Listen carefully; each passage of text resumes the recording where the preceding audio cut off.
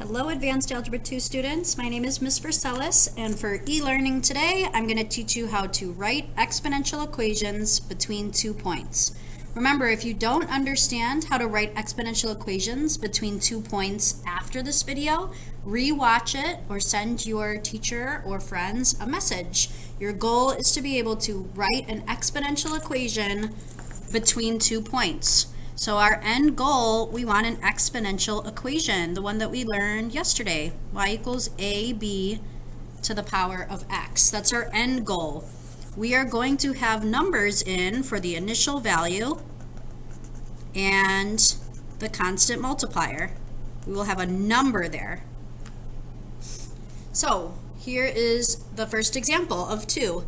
Write an exponential equation between 1/6 and 3/24. We don't have the initial amount. That would be when x is 0. And we don't have the constant multiplier. So we need to find the initial amount and the constant multiplier, the a, the b. In order to do that, we are going to use the x and y values in the points. And first, we're going to set up a system. Hopefully you remember systems from Algebra 1. This is step 1, set up a system. So we have the goal of y equals ab to the x. Y equals ab to the x. So my system is going to, first I'm going to use 1 for x and 6 for y. So 1 for x and 6 for y. I just use 1 for x, the exponent x, and 6 for y. Then I'm going to use the other points for my other equation in the system. That's going to use 3 for x, exponent of 3, and 24 for y. Step 1 done, set up the system. Step 2, I'm going to isolate a. I think it's easiest to isolate your a, to get a by itself, in the system with the smallest exponent, which would be this first equation of the system. So in order to do that, I divide both sides by b to the first power. Divide both sides by b to the first power. Now I have a equals 6 over b. I isolated a, I got a by itself. So step 2 is done. The reason I wanted to isolate a variable is so that I could do step 3, which is solve by substitution. A equals 6 over b. So instead of a, I can replace a with 6 over b in the other equation. That's how you solve by substitution. You substitute in 6 over b into the other equation for a. So now I have 24 equals, not a, gone. I'm substituting in 6 over b times b cubed. Now I can solve this for b. This is the same as b cubed over 1. I'm going to multiply straight across. So 24 equals 6b cubed over b times 1 is b. And then use exponent properties. When I divide with the same base b, I subtract the exponents. 24 equals 6b squared. Divide both sides by 6. So I get 4 equals b squared. Square root of both sides. And we get b equals 2. B equals -2.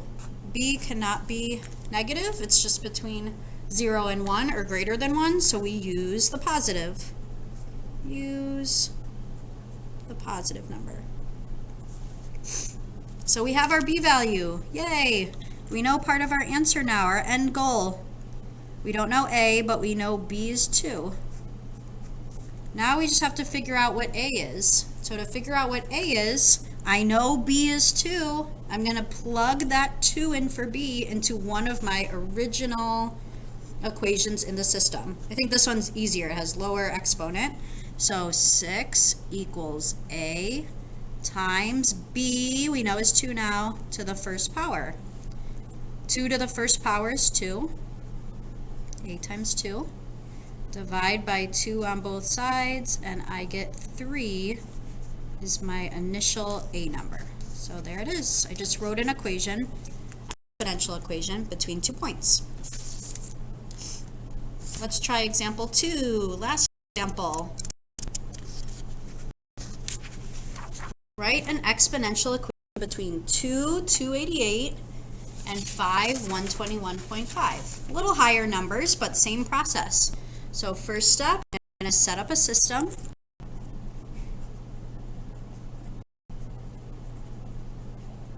Remember, my end goal is this y equals ab to the x. I want to figure out the number for a and the number for b. So my system, I'm going to use this point for the first. So 2 is my x, and 288 is my y. Then for the other, 5 is my x, and 121.5 is my y. So step 1 done, set up the system. Step 2, isolate a. Use the lower exponent when I'm isolating a. So I'm going to divide both sides by b squared to get a by itself, or to isolate a. So 288 over b squared equals a. And again, I isolated a so that now I can do step 3, which is solve by substitution. I'm going to input 288 over b squared in for a in the other equation. So a is going to be gone, and 288 over b squared will be in its place. So by a, substitute 288 over b squared. Keep the b to the 5th. I'm going to solve. B to the 5th is the same as b to the 5th over 1. So when I multiply straight across, I get 121.5 equals 288 b to the 5th over b squared. And use your exponent properties. B to the 5th over b squared, subtract, is b cubed. So we have 121.5 equals 288b cubed. Solve for b. I'm going to divide both sides by 288.